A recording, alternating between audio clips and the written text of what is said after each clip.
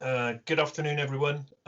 Welcome to this presentation by myself, Rich Berry. I'll introduce myself in a second, just to say that I sat in on a number of the presentations this morning and just say inspirational, fantastic. To see Gloucestershire in front of everybody else and doing stuff like this is amazing. I work across the country, and by far the furthest ahead it seems to be Gloucestershire in some of the stuff that we're doing. So this presentation, as you can see, is about building good mental health and resilience within the rugby family, and I'll talk a little bit about that to introduce where we're at. But first of all, to introduce myself. So I was a teacher for 32 years, the last 9 of which I was a head teacher. I was deputy head of 2 very large secondary schools in Bristol prior to that, as a behaviour specialist in inverted commas. But my learning really started when I took over as head teacher of a school for young people with social emotional mental health issues. I'm currently a centre manager within the Bristol Bears Academy in the Aspire programme. I'm also their education lead, safeguarding lead. I'm talking to you today as the Gloucestershire Rugby Football Union Mental Health and Wellbeing Ambassador, a volunteer role that I carry out. I am a trauma-informed practitioner, having done 10 days training with trauma-informed schools, RFU safeguarding trainer, and a mental health first aid trainer as well. Just talk you through my learning. So as I said, in 2011, I was seconded by Bristol Local Authority to run what was then called an EBD school, and that's where my learning really started. I was supposedly a behaviour expert, as I've said, within mainstream schools within Bristol, but actually taking on an EBD school, all of a sudden I found that all the strategies that I had didn't work. So at the same time, I was running these schools, running another school in Somerset for 9 years that I moved from special measures through to good. And I did that on the back of meeting somebody called Julie Harmison, who many of you who came to conference 2 years ago will know. She worked for Thrive at the time and then helped set up with Margot Sunderland trauma-informed schools. So working with Julie, we changed the approach that we had within school, and really began to get alongside the young people so that we were able to work with them in an environment where they felt not threatened. So at the same time, I was coaching within the Bears Academy, and I was also coaching within my club. And we had quite a big safeguarding incident whereby one of the parents approached me to say that there were adults on the pitch verbally abusing children and shouting at them. And at that point, I got together with a well-renowned national coach and talked through why this was inappropriate, talked through my understanding around neuroscience and brain growth and all those bits and pieces that I brought in on a professional level. And then he said to me, you need to be in every rugby club in the country talking to coaches and parents about why it's important that we support young people to grow healthy minds. So that young man who has done 300 podcasts with some of the top rugby coaches in the world still ranks my podcast in his top 10. And if you're interested in seeing that, it's on the Magic Academy. If you search Magic Academy in my name, you'll find that podcast. So I firmly came at a situation where I went to the GRFU and said I would like to volunteer to go to clubs and talk to them about how we can grow young people to be more healthy, to prevent mental health issues, and to teach coaches and parents about how we relate to young people to be able to do that. So I came at it from a point of view that where relationships are key. One of my other roles currently is that I am co-chair of a national organisation called Engage in Their Future, which represents about 100 schools across the country who are dealing with young people with social emotional mental health issues. And I listened at a conference to a presenter from the Charlie Waller Trust around mental health. And this statement stood out to me. That research suggests that many of the vulnerabilities men and women feel in midlife when the risk of suicide is its highest are established in childhood and adolescence. and that the needs of boys and young people need attention to prevent difficulties in later years. So thinking that through and thinking about, you know, Gloucestershire and rugby clubs. Rugby is you know, a major sport in Gloucestershire, and many of the clubs that we go to are almost community centres for their population. And therefore, how could we get this message out to parents? So what I'm going to take you through now is a presentation that I would give to coaches and to parents to help them understand. And it starts with this video presented by Ian Wright. Ian's still the highest scoring striker ever to play for Arsenal, and he owes a lot to the man who first taught him to kick a ball, his old school teacher, Sid Pigden. As I haven't seen him for, what, 23, 24 years, and so he would now be expecting me to be 6 feet under, I would think. I don't actually think, he probably won't recognise me because he won't believe it's me.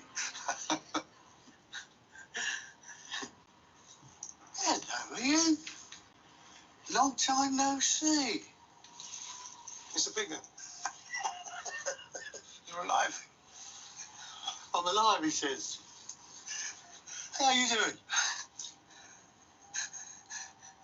I can't believe it. Someone said you was dead. As you see, I'm very patient, and I'm so glad you've done so well with yourself. He was so supportive all the time. He kind of like had me as his kind of like special guy.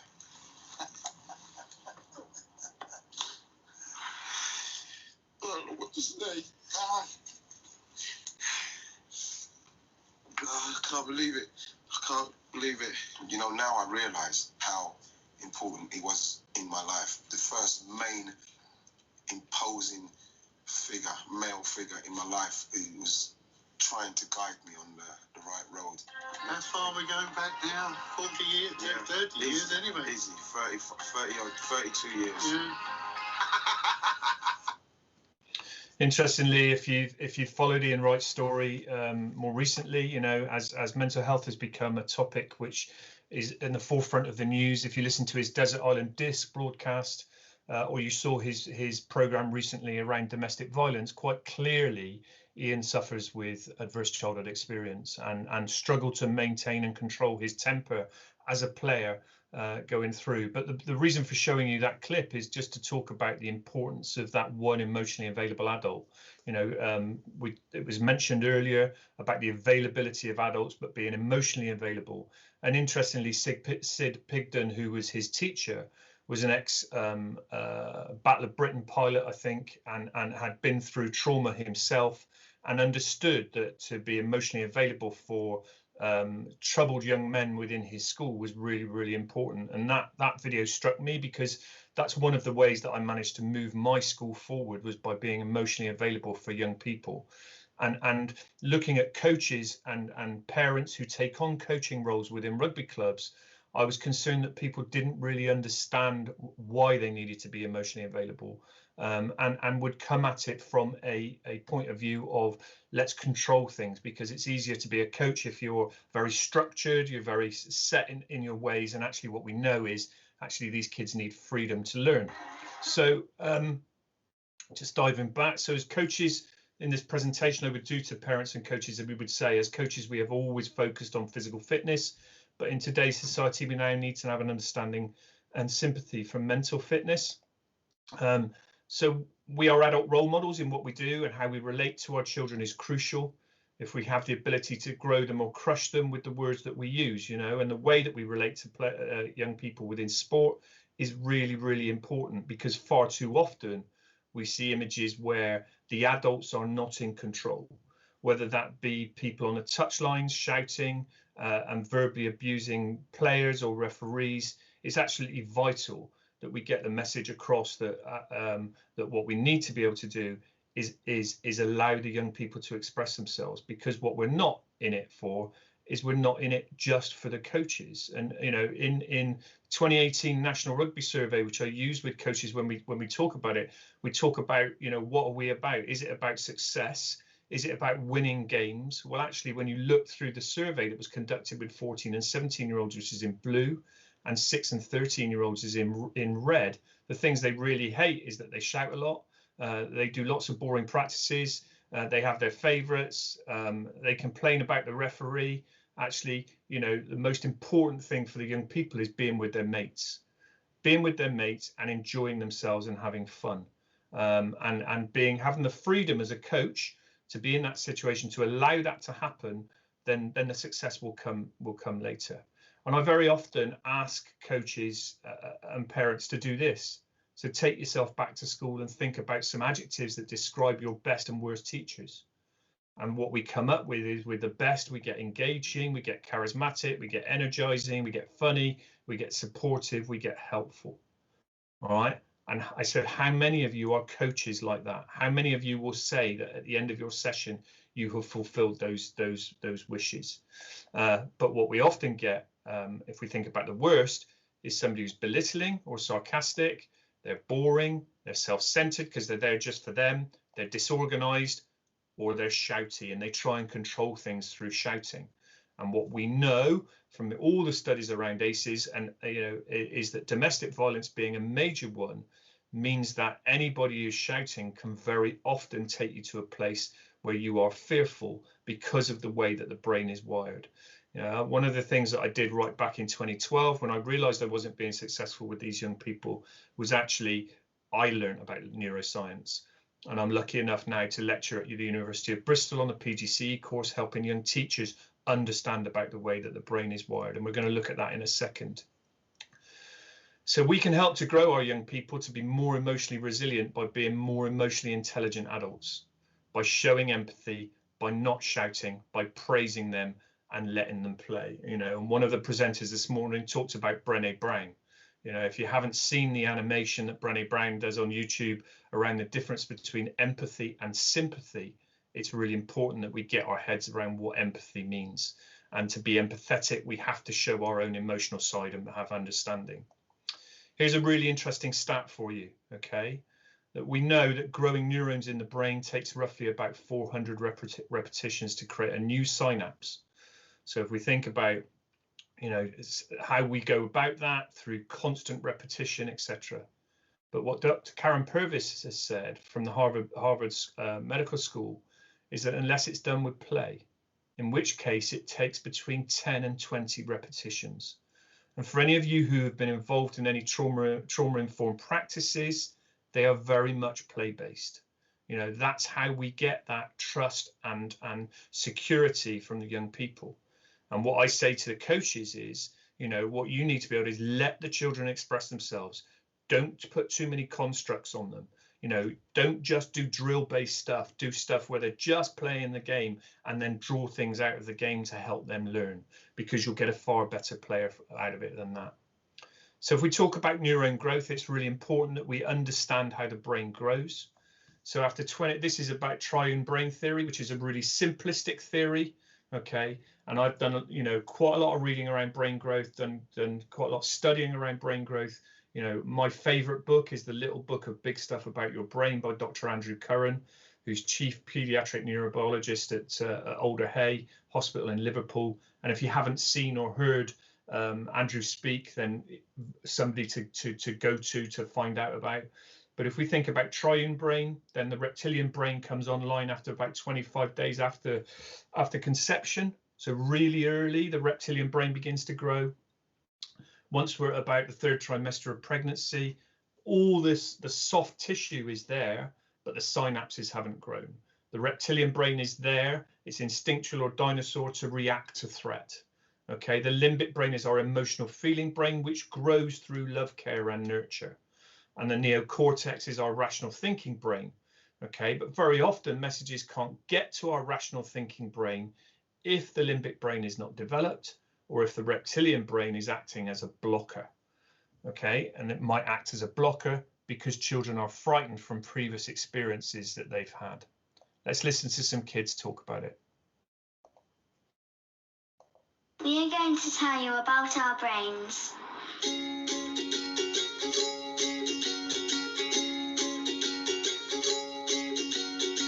Our brain has 3 parts. The front bit is called the prefrontal cortex. It helps us to think, analyse, be reasonable, rational, and reflect on stuff. Some people call this the upstairs brain. This middle bit is called the limbic brain. It looks after our emotions, memory, and relationships. This back bit is the most primitive brain. It makes sure we breathe, poo and wee, and helps our heartbeat, and has the threat response inside it. Some people call that the downstairs brain. When we get frightened, our brain stem acts and makes us flight, fight, or freeze.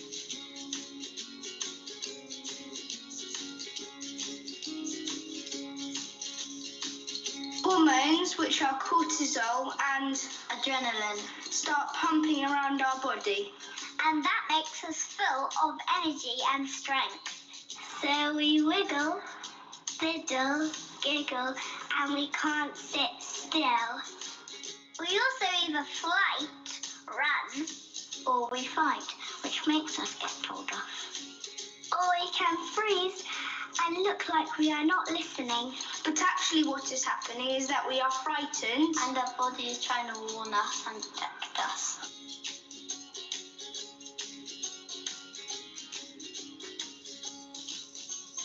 that's the bit that means we can think, reflect, and be reasonable. And the bit that helps us talk. So that's why when we feel frightened, sometimes grown-ups think we are being naughty.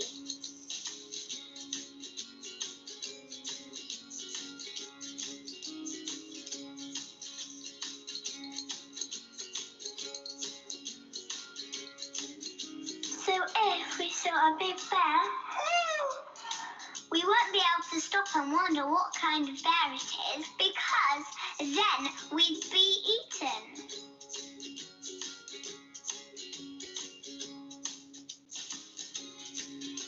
All our behaviour is actually communication.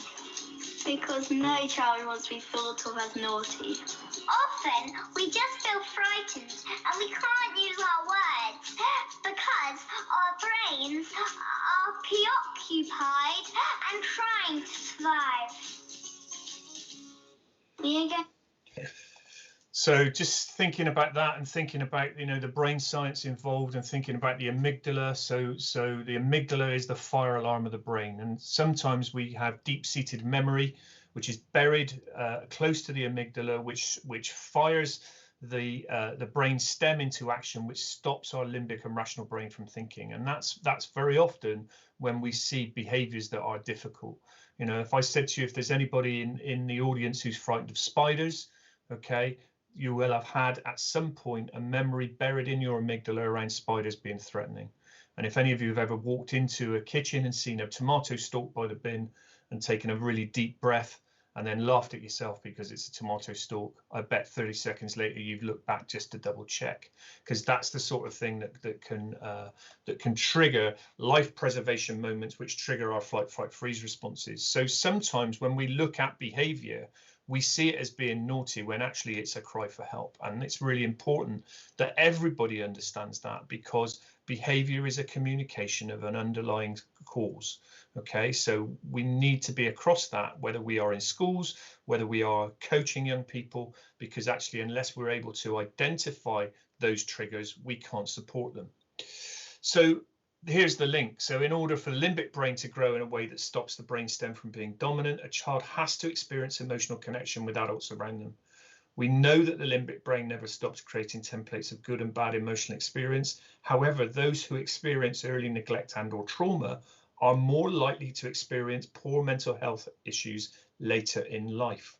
Okay, so if we think about what's trauma, a psychologically distressing event that is outside the range of usual human experience, often involving a sense of fear and terror and helplessness.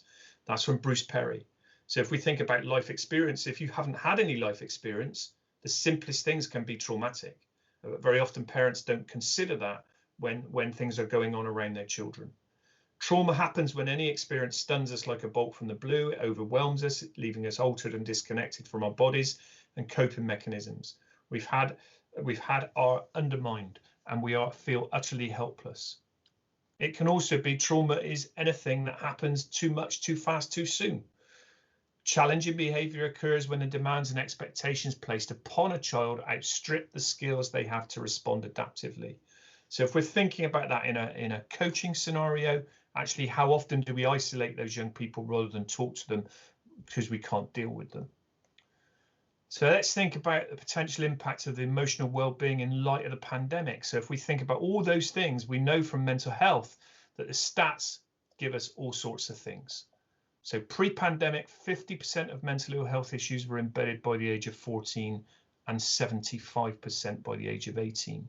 Many will not manifest themselves for 10 years, but it's those adverse childhood experiences that have caused that, and the only way around to stop it, emotionally available adult. In 2018, the OECD survey of 15-year-olds, the UK ranked 29th for life satisfaction out of a total of 30 OECD countries. That's pre-pandemic.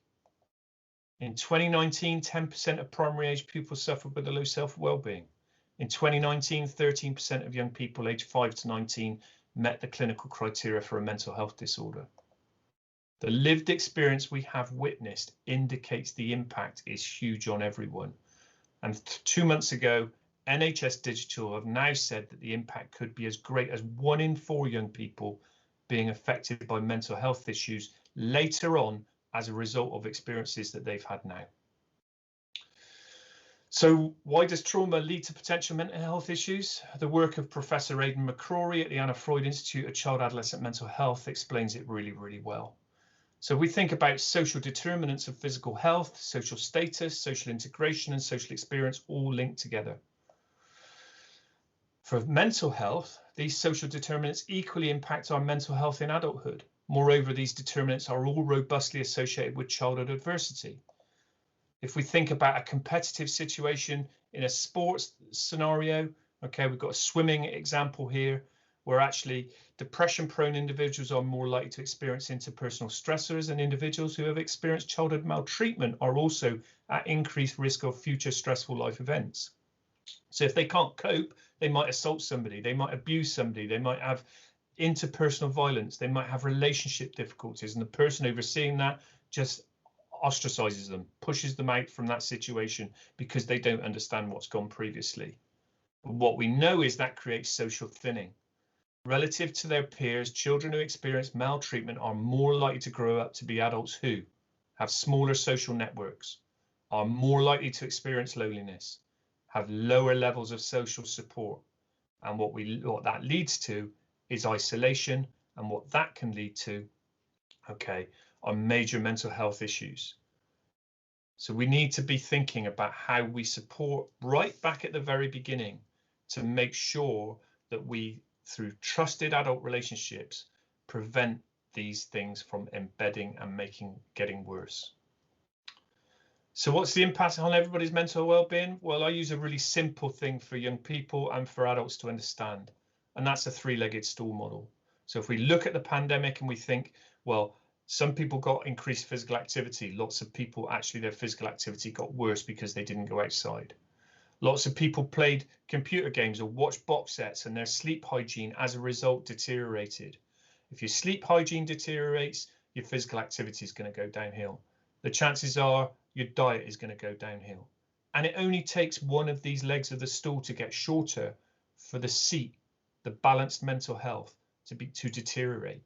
Really useful model to use with kids, really useful model to use with adults to take forward. So within the rugby family, what we've done is we've put messages together that help, and this is called, one of them is called the Cauliflower Ear Project.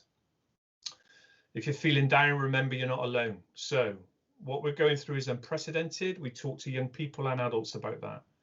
We wouldn't be human if we didn't have mood swings. Being cooped up at home has probably led to some interesting times and undoubted rows.